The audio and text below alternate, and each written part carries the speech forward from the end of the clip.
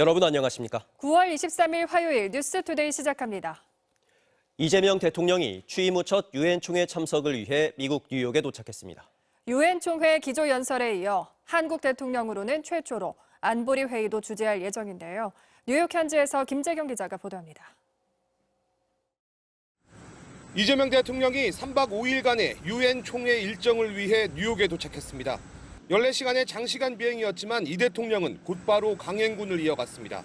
세계 최대 자산운용사 블랙록의 최고 경영자이자 세계경제포럼 의장인 레리 핑크를 만났고 미 상하의원 의원단 접견에 이어 뉴욕 한인 동포회 간담회 등 내일 유엔 총회 참석을 앞두고 예열에 나섰습니다. 190여 개국 정상급이 참석하는 유엔 총회는 세계 최대 다자외교 무대로 꼽히는 만큼 중요도가 남다릅니다. 우리 시각으로 내일 새벽 이 대통령은 유엔 총회 기조연설에 나서고 다음 날엔 한국 대통령 중 최초로 유엔 안보리 공개 토의를 주재해 AI와 국제평화, 안보 분야 대응 방안을 논의합니다. 이 대통령은 이와 함께 유엔 총회 기간 동안 각국 정상들과 양자 회담을 예고했습니다. 폴란드 정상과 K-방산, 세일즈 외교를, 체코 정상과는 원자력 발전소 협력 등을 논의할 것으로 보이고 프랑스와 이탈리아, 우즈베키스탄 등과의 정상회담도 줄줄이 잡혀 있어 이재명 정부의 경제 외교에 관심이 쏠리고 있습니다. 이 대통령은 이어 마지막 날엔 뉴욕 증권거래소를 찾아 미국 월가의 금융계 인사들과 한국 기업인들을 대상으로 한국 경제 설명회 투자 서밋 행사를 진행한 뒤 귀국할 예정입니다. 다만 지난달 이미 만난 도널드 트럼프 미국 대통령과의 정상회담은 아직 계획이 없는 것으로 알려졌습니다. 오는 10월 경주 에이펙 정상회의를 계기로 트럼프 미국 대통령과 시진핑 중국 국가주석 모두 방한할 예정이어서 한미, 한중, 나아가 미중 정상회담의 장은 한국 경주에서 펼쳐집니다. MBC 뉴스 김재경입니다. 한학자 통일교 총재가 구속됐습니다. 윤석열 정부와 통일교 사이 이른바 정교유착 의혹의 정점에 있는 인물입니다. 관련 수사도 속도를 낼 걸로 보입니다. 송정훈 기자입니다. 정치자금법 위반 등 혐의를 받는 통일교 교주 한학자 총재에 대한 구속영장을 법원이 발부했습니다. 서울중앙지법은 증거인멸에 염려가 있다고 영장 발부 사유를 밝혔습니다. 이에 따라 서울구치소에서 대기하고 있던 한 총재는 수용 절차를 밟게 됐습니다. 한 총재는 윤영호 전 통일교 세계본부장을 통해 권성동 국민의힘 의원에게 불법 정치자금 1억 원을 건넨 혐의와 건진법사 전성배 씨를 통해 김건희 씨에게 명품 목걸이와 가방을 건네며 교단 현안을 청탁하는 데 관여한 혐의를 받고 있습니다. 어제 오후 구속영장 실질심사를 받기 위해 법원에 도착한 한 총재는 부축을 받으며 차량에서 내린 뒤 휠체어에 탄 채 법정으로 향했습니다. 오후 1시 반부터 시작된 신문은 5시간가량 이어졌는데 김건희 국정농단 특검은 총 600쪽이 넘는 발표 자료와 의견서를 통해 구속수사 필요성을 강조했습니다. 특히 한 총재가 3차례나 출석 요구에 불응한 점, 관련자들의 진술이나 증거가 있는데도 모든 혐의를 부인한 점 등에 비춰 증거인멸 우려가 크다는 점을 부각했습니다. 한 총재 측은 특검 조사에서 권 의원에게 청탁금지법에도 걸리지 않는 최대 금액인 100만 원의 세뱃돈을 건넨 부분만 인정했는데 어제 신문에서도 윤 전 본부장이 권 의원과 김 씨에게 금품을 건네는데 전혀 관여한 바 없다는 입장을 고수한 것으로 전해졌습니다. 영장 발부 직후 통일교 측은 입장문을 통해 법원의 판단을 겸허히 받아들인다며 앞으로 진행될 수사와 재판에 성실히 임해 진실을 규명하고 교단이 신뢰를 회복하도록 최선을 다하겠다고 밝혔습니다. 다만 한 총재의 공범으로 의심받고 있는 통일교 2인자 정원주 전 총재 비서실장에 대한 구속영장은 기각됐습니다. 한 총재의 구속영장이 발부되면서 특검 수사도 탄력을 받을 것으로 보이는 가운데 이제 윤석열 정부와 통일교의 정교 유착 의혹과 관련해 특검에겐 윤 전 대통령 대면 조사라는 과제가 남게 됐습니다. MBC 뉴스 송정훈입니다.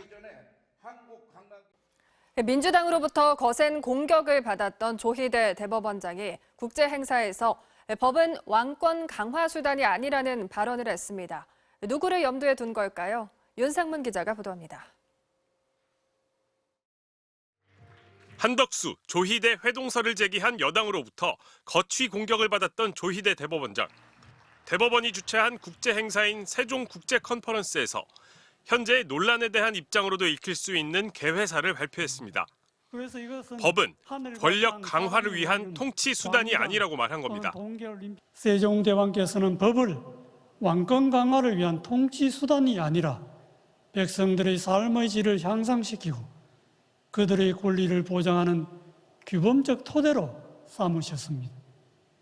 성급해 보였던 대법원 전원 합의체의 이재명 대통령 선거법 사건 처리 절차에 대한 비판과 내란 사건을 담당하고 있는 직위원 재판부의 더딘 재판 진행에 대한 우려가 모두 나오고 있는 상황.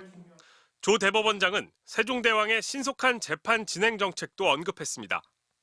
사건 처리가 장기간 지체되지 않도록 하며 고문과 지나친 형벌을 제한함으로써 공정하고 신속한 재판이 이루어지도록 하셨습니다. 회동설 녹취가 인공지능 음성으로 재구성된 거라는 지적이 제기된 가운데 발표 주제에 인공지능이 있어서인지 공교롭게도 AI와 관련된 언급도 있었습니다. 계속해서 회동설의 근거를 요구받고 있는 민주당은 근거에 대한 즉답은 피하는 대신 본질은 내란 재판 지연에 대한 우려와 사법부에 대한 불신이라고 답하고 있습니다. 국민의힘은 대법원장과 국무총리가 대선을 앞두고 부적절한 공모를 했다는 중대한 의혹을 제기하면서도 구체적인 근거를 제시하지 못하고 있다며 서영교 의원과 부승찬 의원을 고발했습니다. 서울경찰청은 국민의힘 고발 외에도 이 의혹 제기와 관련돼 명예훼손 혐의 고발이 4건 접수돼 수사 주체를 어디로 할 것인지 검토하고 있다고 밝혔습니다. MBC 뉴스 윤상문입니다. 내일 시작되는 김건희 씨 재판 법정 촬영을 법원이 허가했습니다. 최근 불거진 사법부에 대한 비판을 의식한 조치로 보입니다. 이준범 기자입니다. 내란 우두머리 혐의 피고인인 윤석열 전 대통령이 재판을 받는 모습은 두 번째 재판에서야 공개됐습니다. 재판부가 첫 재판에선 법정 내부 촬영을 허가하지 않았기 때문입니다. 직위원 재판장은 신청이 너무 늦게 들어와 피고인 의견을 묻는 절차를 밟지 못했다고 했지만 대법원 규칙엔 재판 전날까지 촬영 신청서를 제출하면 된다고 규정돼 있습니다. 두 번째 재판에선 촬영이 허가됐지만 이미 특혜 논란이 커진 뒤였습니다. 국민의 관심과 알 권리 등을 고려해서 이전 유사 사안 준비와 마찬가지로 공판 개시 전에 한해서 법정 촬영을 허가했음을 알려드립니다.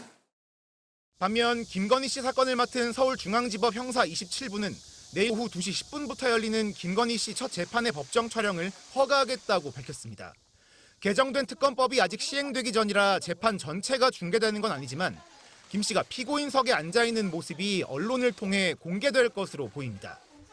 해당 재판부는 이미 준비 기일을 생략하고 처음부터 공판을 진행하기로 하면서 신속한 재판을 예고한 상태입니다.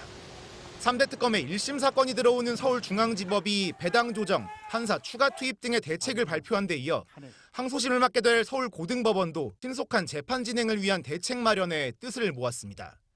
집중심리 재판부를 운영해 쟁점이 같거나 사실관계가 중복되는 특검 사건은 가급적 함께 배당해 속도를 내겠다는 겁니다. 한 고법 부장판사는 국민들이 걱정하고 있는 상황에서 우리가 할 수 있는 최선을 준비하는 것이라며 최근 불거진 재판 지연 우려를 의식한 것임을 내비쳤습니다.